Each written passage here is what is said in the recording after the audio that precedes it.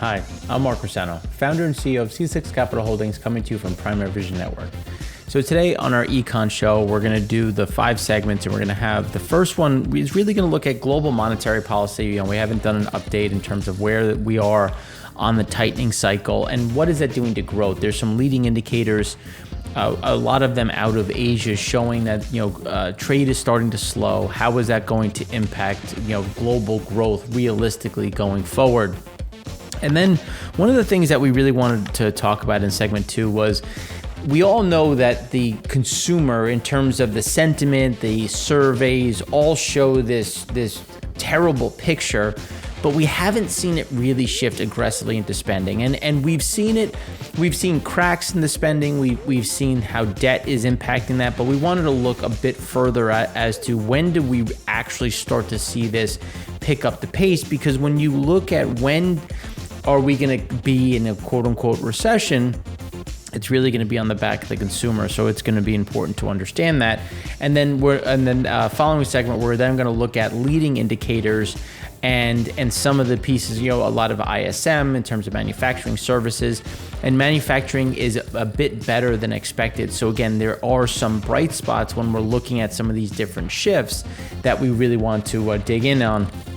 Europe inflation soared again. Its problems in Germany just continue to grow. So we're going to talk more about Europe in segment 4, and then round out in terms of what is happening in China and other areas within Asia.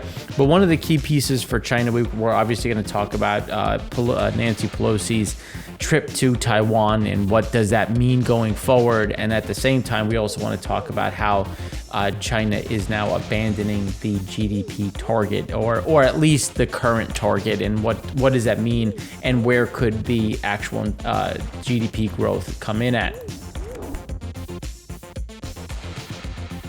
So now, just kicking it off, we always want to look at that global manufacturing PMI, and it's important because if you remember last month, we were saying that we had all the leading indicators pointing to that global manufacturing moving further towards negative. We said we were very clear about this. It wasn't going negative yet.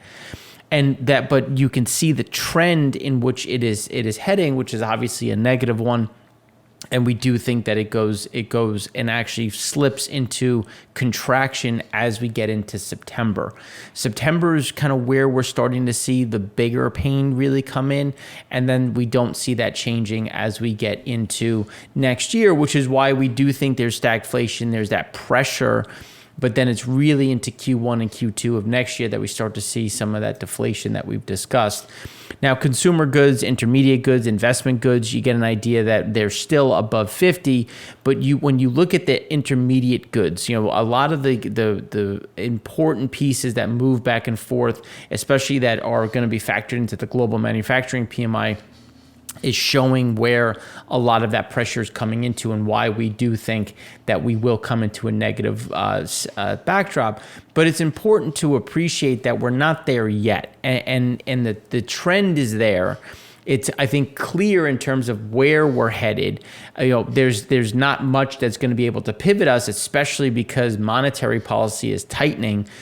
But it just gives you an idea of where things are going. And these are those early indicators. So when we look at the different exports in Taiwan industrial production, a lot of goods come from these areas. Obviously, microchips, semi-finished, finished goods. So it's important to look at where is that trend heading. And we've talked about Taiwan before, obviously for both the geopolitical backdrop, but also the semiconductor space. But we've always talked a lot about in segment 5 how important Korea exports are, and why we always look at that as the bellwether. Again, nothing goes down in a straight line. You always have these bumps up and down, but you want to look at where is the trend, and you can see where that trend is going and why there continues to be pressure. And I think some of these key pieces are indicative of some of the more expensive items, and really items that we can't live without. One of them being Taiwan, which is the central to electronic supply chain. So it's giving you an idea of where electronics are going, where the underlying pieces, and let's be fair, what doesn't have an electronic in it today? I mean, it feels like even sneakers can talk to your cell phone. So it's up and down, but it's when you look at kind of that canary, this is where you start to see the cracks and it starts to branch out. Speaking on the trade side, Purchasing Managers Survey indicated its manufacturing sector contracted in June and July when we're talking about Taiwan. Production and demand slumped with new export orders registering the biggest drop. And again, that's all those leading indicators that we keep talking about, which is why we still have growth right now. It's just where are we going to be over the next 2 to 3 months, and that's where we see some of this pressure. Industrial production rose just 0.7% year on year in June, a steep slowdown from close to 10% growth at the end of 2021, and the slowest since early 2020 when the first pandemic hit. So you're getting an idea of where that pressure comes in on Taiwan and how that'll filter down, because we've already seen slowdowns from Korea coming from China and now coming from Taiwan, which again is going to be that underlying problem. And we've talked about credit impulses a lot before, and we've actually shown this chart previously, but we just wanted to come back to where there's tightening, why there's pressure. We're going to talk about, obviously credit impulses. We did a deep dive on it last week looking at China, and now we're looking at one in terms of just where are we globally speaking. Financial conditions are getting tighter. We're not seeing bonds come across the same way. And that's why we're actually now below the great financial crisis when you're looking at global credit impulses. But it makes a little bit of sense when you're coming back and saying, well, you didn't have the same type of massive central bank and fiscal response as we did this time. So the tightening is going to be just as extreme, or at least show up as extreme as the easing, which you can see obviously sent us to the moon. But we've been in an easing pattern since 2009. So there's also a certain amount that hasn't come out of the market the way it needs to. So that's why we've always talked about this is going to be a much deeper and more problematic trend when we're looking at the way this is going to move and the impacts this is going to have on global growth, the global consumer, the global corporation. This is where we continue to see those problems. And it's going to be, as we said, on the back of those policy rates across the developed and emerging market economies. When you look at how quickly things shifted in terms of what is less than 0%, which is, I think, funny in terms of things that could possibly still be at 0%, but how quickly things have shifted to over 3.5% to 5% to over 5%. So when you look at everything from 1 to essentially 5% and above, you're seeing the proportion of regions that have it and how it just continues to become a bigger part of it, which is why when you look at the share of the global economy and sequential contraction, it's really important to look at how that slowdown is accelerating. And it's a mixture of obviously fiscal drag, which is just, if you think about what is fiscal drag, well, if the government, local government pumps a ton of money in by giving it to corporations, into consumers, you're going to go out and spend that. And so once that's done, well, you've already spent the money that you had. You don't have that money anymore. And anything that you were waiting to purchase, you probably did purchase already. And that's why you get that additional drag. So again, this is why we continue to see, and why the weakening global backdrop is very prevalent in that underlying piece. And I think this is important to look at global monetary policy and U.S. PMI and how they continue to be so tightly together.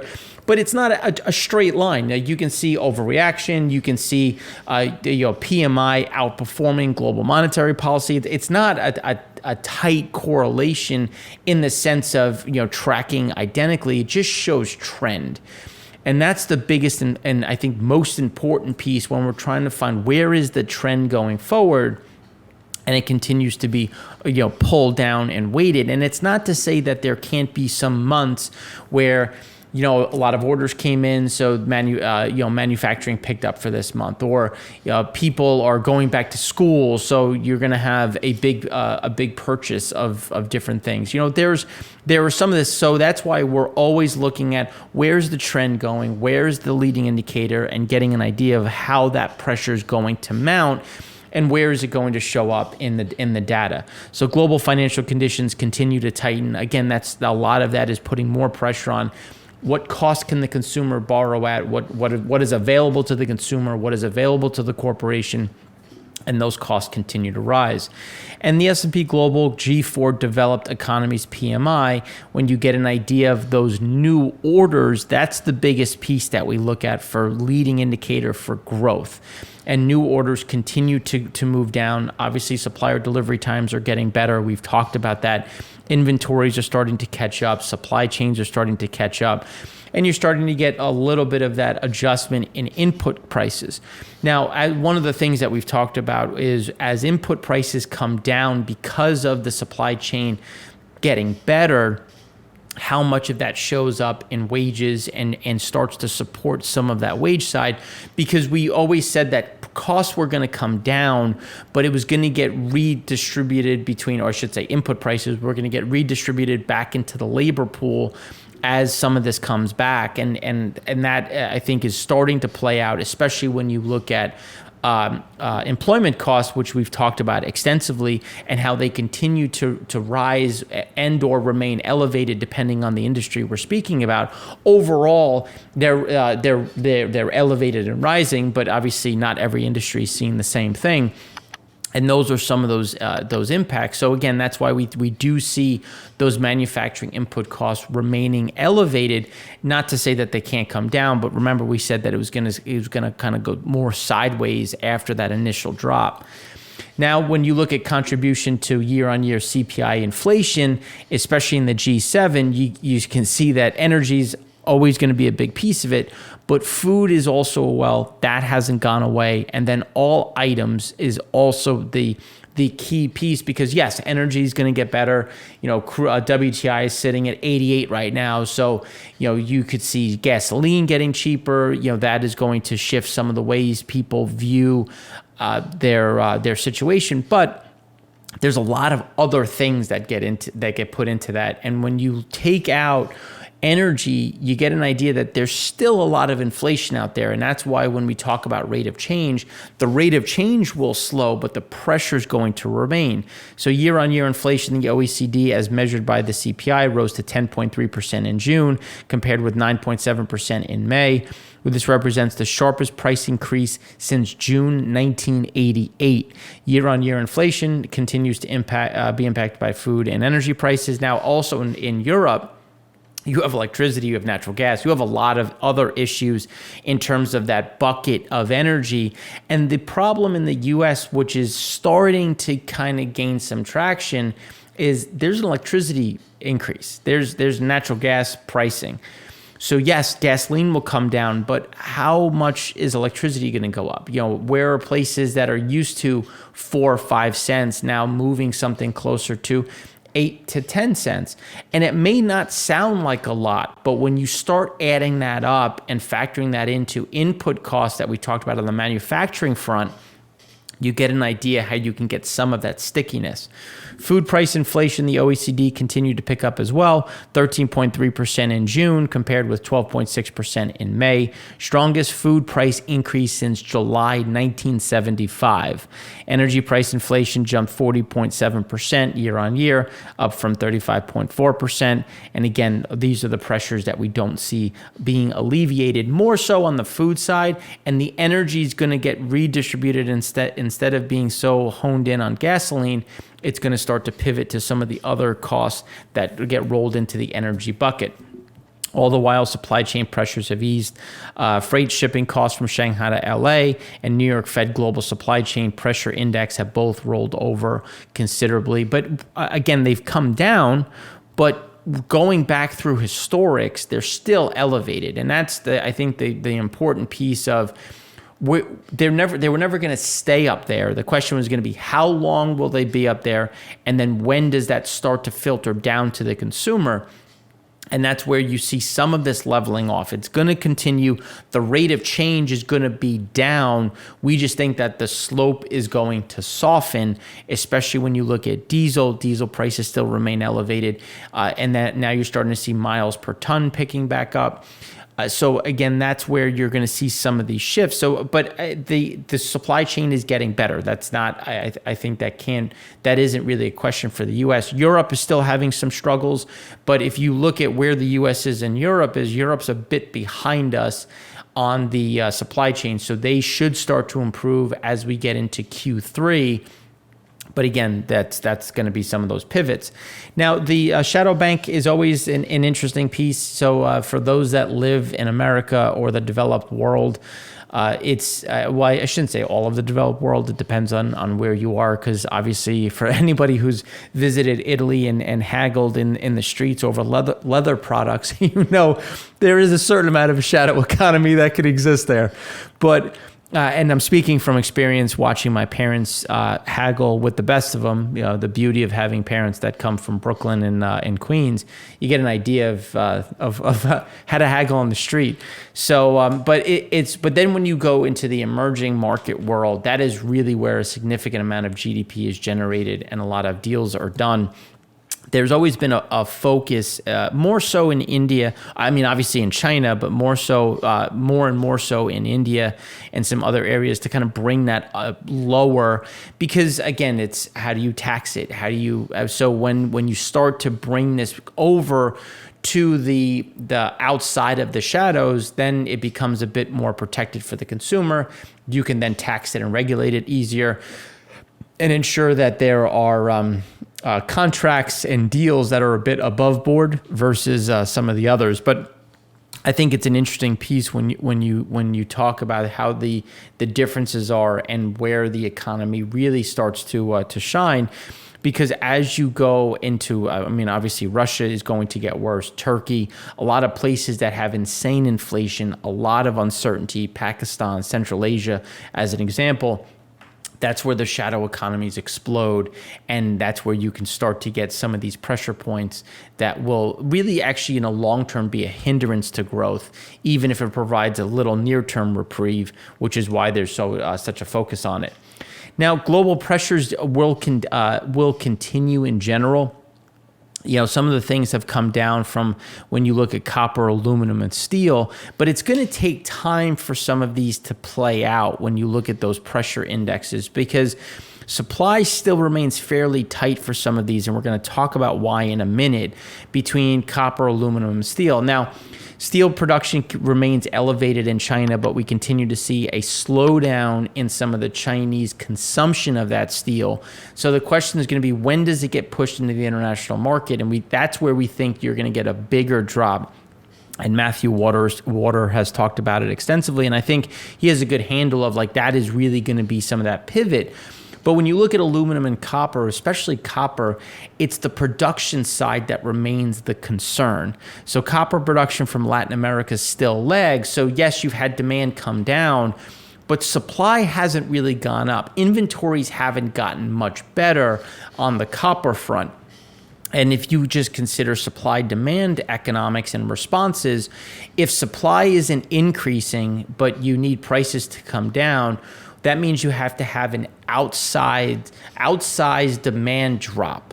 But if you look at how the world is trying to pivot towards an electrification mandate with EVs and all of these other types of high copper consuming assets, from wind turbines all the way down to onshore, there's going to be a copper problem, because there's a call for copper. There's a growing demand for copper when you're looking at charging stations, EVs.